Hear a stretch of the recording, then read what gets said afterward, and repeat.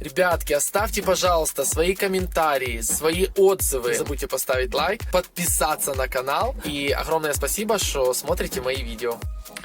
Еще перед тем, как прорезать дырку, мы поставили наш камин на приблизительно 35 сантиметров от каждой стены. Просто надели трубу и от трубы в центре сделали точечку. Просверлили сверлом и сверху посмотрели, не попадает ли эта дырочка на нашу балку. Она попала на балку, и поэтому мы сверху сняли пол, сейчас я вам покажу, со второго этажа, и подвинули немножечко, и поэтому у нас получилось чуть-чуть с этой стороны у нас больше получилось сантиметров, здесь у нас получилось 50. Целлофанку проклеили на потолок, когда будем резать болгаркой сверху, чтобы сюда вниз уже не сыпалось. Вот так. Вот мы находимся на чердаке. Мы сняли досточки с нашего пола, задерли вату. И вот видели, что первая дырка наша была вон там. Она ровно попадала под балку. Потом нам пришлось отступить. Мы здесь прорезаем вот такой вот люк для нашего короба металлического. И видите, тоже попадает на нашу рейку, на которой держится сверху вагонка на потолке. Но благодаря тому, что, слава богу, крепление тут и тут, то ничего страшного не будет, если мы вот тут его прорежем. Вот так. Так мы прорезали дырку для нашего короба. И будем сейчас вставлять наш металлический короб. Чтобы сделать межэтажный короб своими руками, нужно взять листок вот такой вот оцинковки, у нас валялся, и сделать из него короб самому. Единственная проблема — это его ровно согнуть. Если его гнуть руками, получается он неровный. А для того, чтобы сделать идеально ровную форму, нужно взять зубило, молоток, провести линию, подложить что-то жесткое, в данном случае у нас кусок рельсы. Вот, и вот так вот аккуратненько ставим на линию, и вот так вот. Раз, два, три, и вот так вот прошел, простучал. И вот таким образом у вас уже получается, вот так вот аккуратненько, оп, оп, оп, оп, оп. Вот у вас уже угол есть, вот так вот, 90 градусов. И вот тут дальше точно так же. И вот оно само гнется в том месте, где вы его простучали. И вот так вот у нас получается вот такой вот уже более-менее ровный сгиб для нашего короба. И вот так у нас получается уже вот такой вот короб. Вот так. Все, пошли устанавливать. Итак, ребят, установили мы наш металлический проходной блок. Со всех сторон обязательно мы проложили вот эту каменную вату. Ну, сохраняем обязательно такое расстояние, чтобы у нас оно было. Ну и все. Вот наверх сейчас укладываем уже вату, которую мы снимали, чтобы закрепить вот эту всю штуку. Все, и сейчас будем зашивать.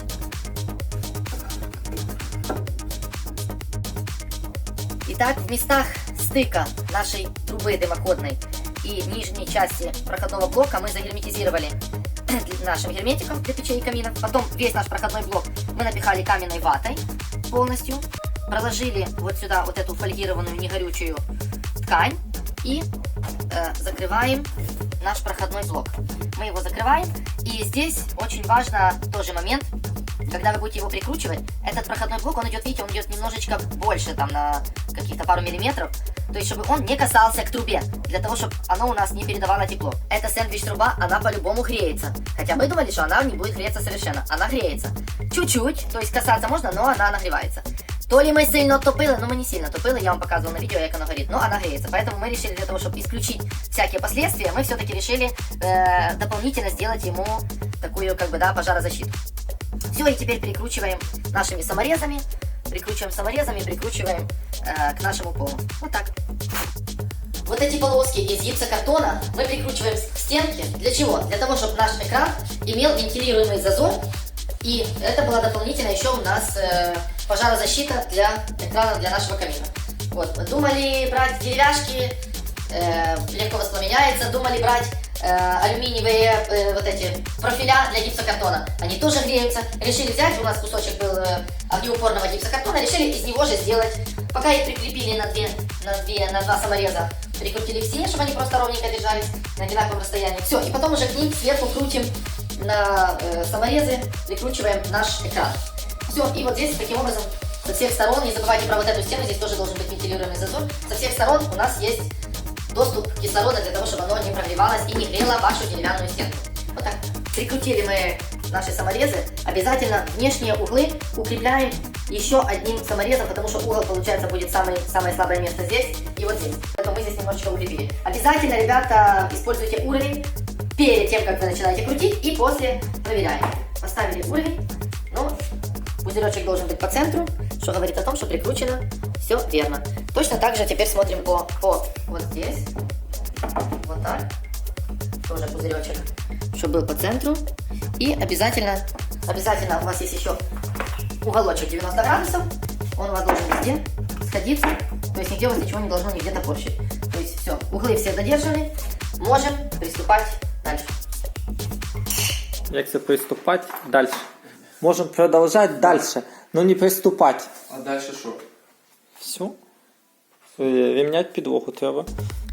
Теперь берем клей для плитки термостойкий и обкладываем наш гипсокартон вот такой вот керамогранитной плиткой. Плиточку взяли под цвет дерева, чтобы она хорошо, гармонично вписалась в наш общий антеляж. Вот так. Дальше вот тут наши стыки. Вот этот гипсокартон порезанный мы проходим силиконом.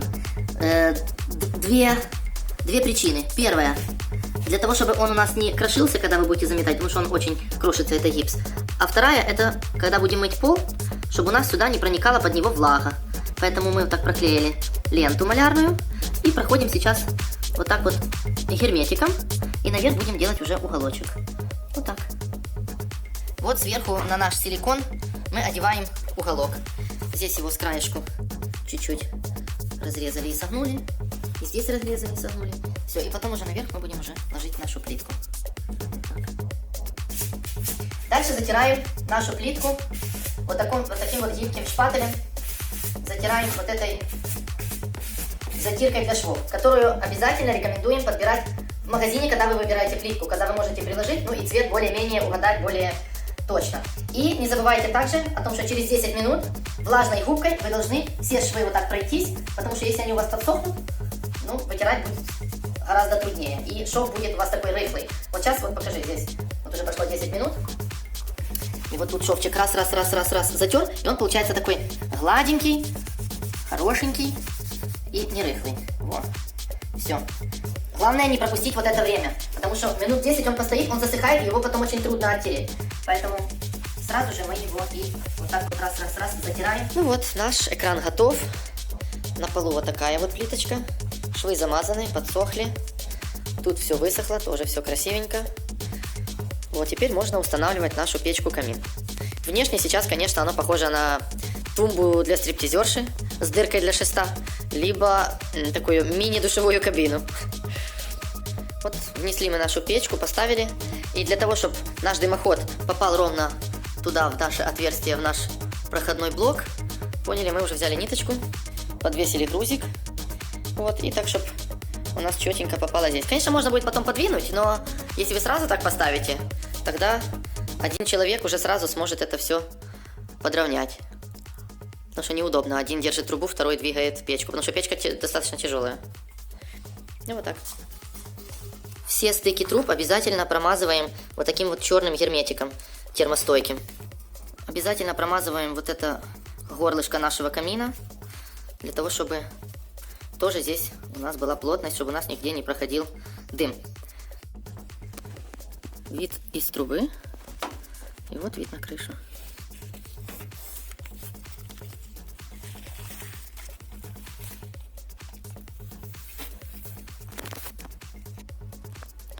Вот таким герметиком каучуковым мы обработали место стыка трубы и нашего металлопрофиля.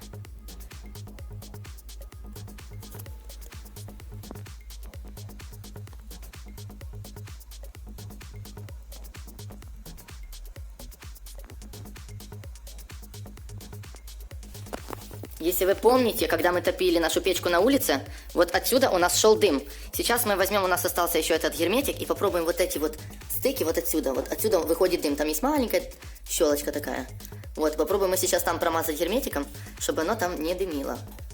Вот, это наклеил малярный скотч, для того, чтобы не запачкать нашу поверхность. Итак, пробуем первый раз запустить камин уже внутри нашего помещения. Наложил газетки, три полинячки. Это запотело, ага, изнутри. Поддувайло открыли. Можно больше открыть, чтобы оно интенсивнее. О, интенсивнее пошел огонь. Это нужно сделать для того, чтобы первый раз немножечко протопить трубы, потому что герметик сохнет окончательно только после того, как вы протапливаете.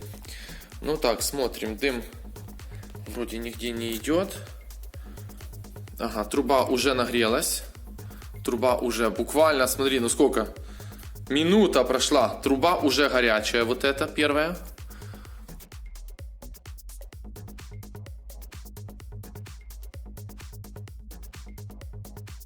Ребятки, оставьте, пожалуйста, свои комментарии, свои отзывы. Не забудьте поставить лайк, подписаться на канал. И огромное спасибо, что смотрите мои видео. Пока-пока.